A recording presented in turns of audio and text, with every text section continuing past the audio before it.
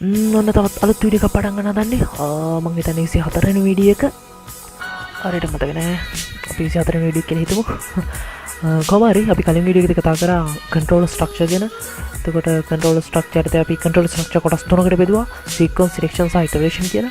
ඊට පස්සේ selection යටතේ මම කොටස් දෙකක් කිව්වා. එකක් if සහ if else කියලා.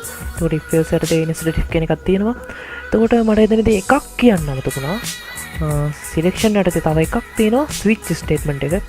ඉතින් අපි මේ වීඩියෝ එකෙන් බලමු ස්විච් ස්ටේට්මන්ට් වැඩ කරන්නේ කොහොමද කියලා. එතකොට දැන් ඔයාලා මතක තියාගන්න ඕන control structure කොටස් තුනකට බෙදෙනවා. sequence, selection, iteration කියලා. එතකොට selection යටතේ තුනක් තියෙනවා. if එක, if else එක සහ switch statement එක. ඉතින් අපි මේ වීඩියෝ එකෙන් බලමු ස්විච් ස්ටේට්මන්ට් එක වැඩ කරන්නේ කොහොමද කියලා. මුලින්ම කියන්න ඕන ස්විච් ස්ටේට්මන්ට් එක කියලා කියන්නේ if else ස්ටේට්මන්ට් එකෙන් කරන වැඩේම ටිකක් සරලව කරන්න පුළුවන් ක්‍රමයක්. ඒ කියන්නේ ටිකක් කෝඩ් අඩුවෙන් if else ස්ටේට්මන්ට් එකෙන් කරන වැඩේම මේ ස්විච් ස්ටේට්මන්ට් එක අපිට කරන්න පුළුවන්. අපි මුලින්ම සරල උදාහරණයකින් ඉස්සල්ලාම මේ ස්විච් ස්ටේට්මන්ට් එක වැඩ කරන විදිහ තේරුම් අරගෙන ඊට පස්සේ බලමු කොහොමද මේ ස්විච් ස්ටේට්මන්ට් එකත් එක්ක තවදුරටත් වැඩ කරන්න කියලා. මම මුලින්ම int type එකෙන් නම් කියලා variable එකක් හදාගෙන ඉන්නම්. නම් කියලා variable එකක් හදාගෙන ඒකට මම value එකකුත් දෙනවා 10යි කියලා. ඊට පස්සේ දැන් මට check කරලා බලන්න ඕන මෙන්න මේ නම් කියන variable එකේ තියෙන value එක. switch statement එක මම check කරලා බලන්නේ දැන් මේ නම් කියන variable එකේ තියෙන value එක. කරන්න මෙහෙම switch statement එකේ keyword එක තමයි switch කියලා කියන්නේ switch switch කියලා type කරා. ඊට පස්සේ වරහන ඇතුලේ මම කියන්න ඕන මට check කරලා බලන්න ඕන මොන variable එකද කියලා. දැන් මට check කරලා බලන්න ඕන නම් කියන variable එක. හරි මම නම් කියලා දුන්නා.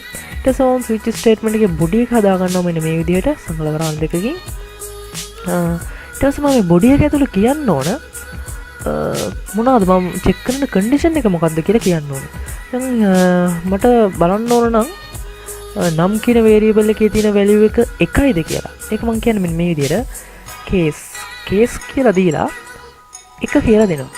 ඒ කියන්නේ මම මෙතන කියලා තියෙන්නේ නම් කියන variable එකේ value එක එකයිද කියලා check කරන්න කියලා තමයි මම මේ කියලා දෙන්නේ. ඊට පස්සේ මම මෙහෙම colon එකක් දානවා. ඊට පස්සේ මම කියන්න ඕන මේ variable එකේ value එක එකයි නම් කරන්න ඕන මොකද්ද වැඩේ කියන එක මම ඊළඟට කියන්න ඕන. මම කියනවා මට cout එකක් දෙන්න. this is number 1 කියලා. this is number 1 කියලා output එකක් දෙන්න කියලා මම මගේ ප්‍රෝග්‍රෑම් එකට කියනවා. ඊට පස්සේ මම break statement එකක් දානවා. මෙන්න මේ විදිහට break statement එකක් දානවා. මම ඊළඟට කියන්න මම පස්සේ කියන්නම් මේ break statement එක මම මෙතන දැම්මේ කියලා. හරි ඊට පස්සේ උන දැන් මම පළවෙනි කේස් එකේදී මම කිව්වා මගේ නම් කියන variable දැන් මම switch statement එකෙන් check කරලා බලන්නේ මෙන්න මේ නම් කියන variable එක. ඒ කියන්නේ මෙන්න මේ variable එක තමයි මම check කරන්න කියලා තියෙන්නේ මේ switch statement එකේදී. එතකොට මම පළවෙනි කේස් එකේදී කියලා තියෙනවා නම් කියන variable එකේ value එක එකයි නම් මට output එකක් දෙන්න කියලා this is number 1 කියලා. හරි පළවෙනි කාර්යය. ඊළඟට තව කේස් එකක්. තව condition එකක් දෙනවා මම check කරන්න. case මම කියනවා මගේ variable එකේ value එක 5යි නම්. කියන්නේ case කියලා දීලා 5යි කියලා මම මෙතන දෙන්න ඕන. ඊට පස්සේ colon එක දානවා. කියනවා මම output එකක් දෙන්න කියලා මම කියනවා. ඒ කියන්නේ මගේ නම් කියන variable එකේ value එක 5යි නම් මම කියනවා මට cout එකක් දෙන්න කියලා.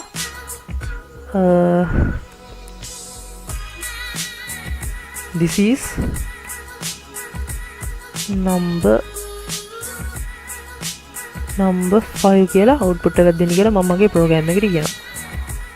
end line එක දුන්නා. ඊට පස්සේ නැවතවතාවක් මම break statement එක දෙනවා.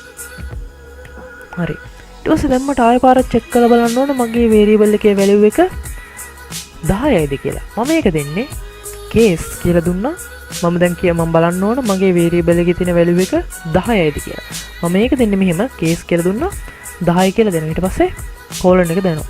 ඊට පස්සේ මම කියනවා මට cout එකක් දෙන්න.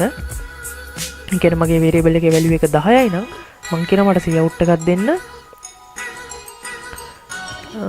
this is number 10 කියලා මට output එකක් දෙන්න කියලා මම මගේ program එකට කියනවා. හරි ඊට පස්සේ එතනටත් මම break statement එක දෙනවා.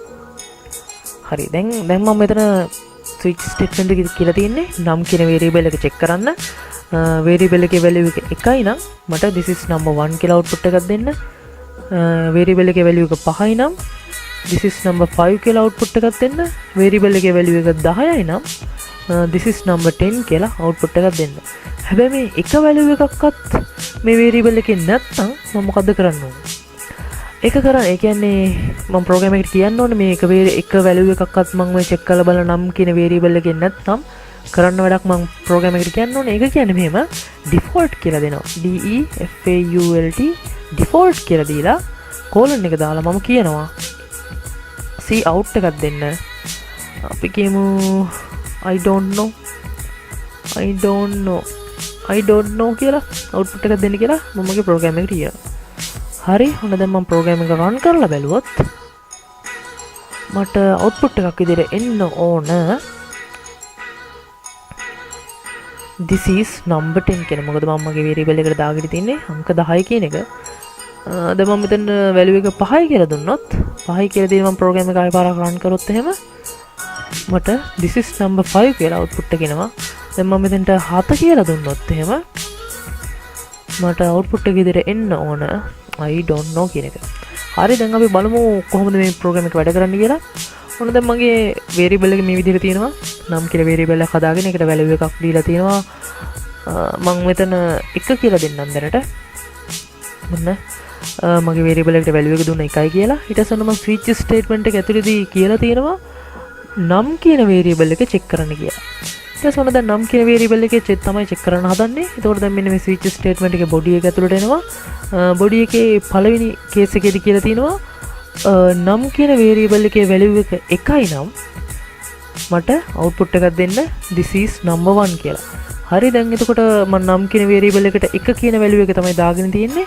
හරි එහෙනම් මට output එකක් දෙනවා this is number 1 කියලා. හැබැයි එතකොට දැන් මගේ variable එක check කරලා ඉවරයි. variable එක check කළා මට උත්තරෙත් ඇවිල්ලා තියෙන්නේ. එහෙනම් මට උත්තරේ ආව කියලා කියන්නේ එතනින් එහාට මට ඊට පහළින් තියෙන condition මෙන්න මේ condition check කරලා බලන්න ඕන නැහැ. එතනින් එහාට මේ switch statement එකෙන් එළියට යන්න තමයි මට ඕන. ඉතින් අන්න ඒ නිසා තමයි මෙතන මේ break statement එක යොදාගෙන තියෙන්නේ. ඒ කියන්නේ මෙතනින් එහාට check කරන්න එපා. එතනින් break කරන්න කියලා තමයි මේ කියලා තියෙන්නේ. මේ condition එක true වුණොත් මෙතනින් එහාට තියෙන condition ඒ කියන්නේ මෙතනින් එහාට තියෙන මේ පහළට තියෙන case මට check කරලා බලන්න ඕන වෙන්නේ නැහැ. ඉතින් ඒ නිසා තමයි මෙතන අපි break කියන එක යොදාගන්නේ. දැන් හිතන්න මම මෙතන value එක 5යි කියලා දුන්නොත් මොන දැන් int නම් කියන variable එකට 5 කියන value එක send කරලා තිනවා. මොන දැන් switch statement එකට එනවා. switch statement එකේදී මම කියලා තියෙන නම් කියන variable එක check කරන්න කියලා. ඔන්න පළවෙනි case එකට එනවා. පළවෙනි case එකේ කියලා තියෙන්නේ නම් කියන variable එකේ value එක 1යිද කියලා බලන්න කියලා. නැහැ 1යි නෙමෙයි. එහෙනම් ඒ කියන්නේ පළවෙනි condition එක true වෙන්නේ නැහැ. ඒ කියන්නේ ඊළඟ condition එක check කරන්න යනවා.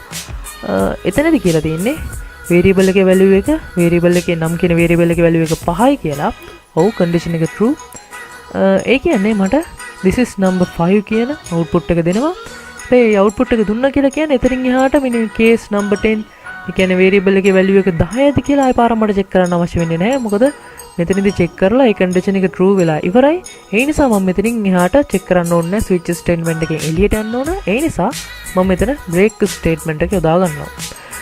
දැන් අපි බලමු අතරම මේ ප්‍රෝග්‍රෑම් එක දැන් මේ එක කන්ඩිෂන් එක true වුණ ගමන් එතනින් එහාට switch statement එකෙන් එළියට මගේ ප්‍රෝග්‍රෑම් එක යනවාද කියලා check කරලා බලන්න මම මෙන්න මේ switch statement එකේ body එකෙන් එළියේ ඒ කියන්නේ මේ semicolon එකෙන් එළියේ මම cout එකක් දීලා බලන්නම් cout එකක් දෙනවා මම කියන්නම් end switch කියලා end switch කියලා output එකක් දෙන්න කියලා කියනවා මම හරි ඔන්න දැන් ප්‍රෝග්‍රෑම් එක රන් කරොත් දැන් මම variable එකට දීලා තියෙන්නේ number 5 කියන එක. ඔන්න දැන් මම ප්‍රෝග්‍රෑම් එක රන් කරපු ගමන් this is number 5 කියලා ඔන්න this is number 5 කියන output එක ආවා. ඊට පස්සේ switch statement එකෙන් එළියට ගිහිල්ලා end switch කියලා output එකකුත් මට ඇවිල්ලා තියෙනවා. ඒ කියන්නේ මෙතනින් check කරගෙන ගිහිල්ලා පළවෙනි case එක පස්වෙනි case මෙන්න මෙතනදී case එකේ value එක 5යි කියලා දීලා තියෙනවා. ඔව් condition එක true. ඊට පස්සේ this is number 5 කියන output එක ඇවිල්ලා එතනින් එහාට switch statement එකෙන් එළියට ගිහිල්ලා end switch කියන output එකත් මට ආවා. ඊට පස්සේ මේ default කියන තැන මම බ්‍රේක් ස්ටේට්මන්ට් එක යොදාගත්තේ නැහැ. ඒකට හේතුව මේ ඩිෆෝල්ට් කියන එක අපි යොදන්නේ මේ කන්ඩිෂන් ඔක්කොම චෙක් කරාට පස්සේ මේ එක කන්ඩිෂන් එකක්වත් true වෙන්නේ නැත්නම් තමයි අපි මේ ඩිෆෝල්ට් කියන එක දෙන්නේ. ඩිෆෝල්ට් කියලා තන දෙන්නේ ඩිෆෝල්ට් කියන එක දෙන්නේ අපි ස්විච් ස්ටේට්මන්ට් එකේ අවසානට.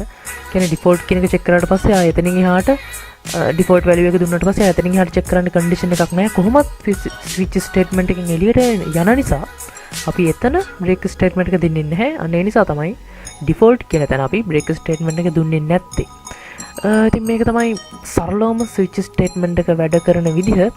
ඉතින් අපිට තවදුරටත් ඉස්සරහට එන වීඩියෝ වලදී අපි තවත් ක්‍රම බලමු කොහොමද මේ ස්විච් ස්ටේට්මන්ට් එකත් එක්ක වැඩ කරන්න, කොහොමද කන්ඩිෂන් චෙක් කරන්න කියන එක අපි ඉස්සරහට එන වීඩියෝ එකකදී තවදුරටත් කතා කරමු. Tang tang tang tang tang tang